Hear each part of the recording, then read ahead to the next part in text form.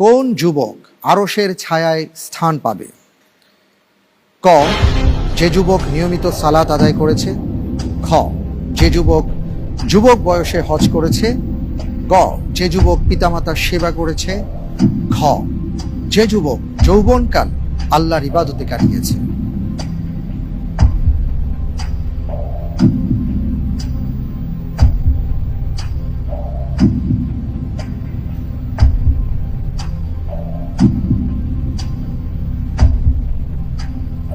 চিন্তা করার জন্য 1 মিনিট সময় বরাদ্দ পাবেন।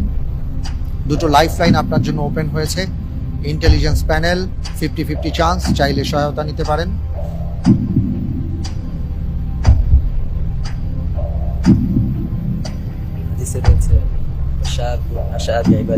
সেই হিসেবে মনে করছি ভয় হওয়ার কথা, অর্থাৎ যে যুবক যৌবনকাল আল্লাহর ইবাদতে কাটিয়েছে। ঘ, লক করে দেয়া হোক ঘ।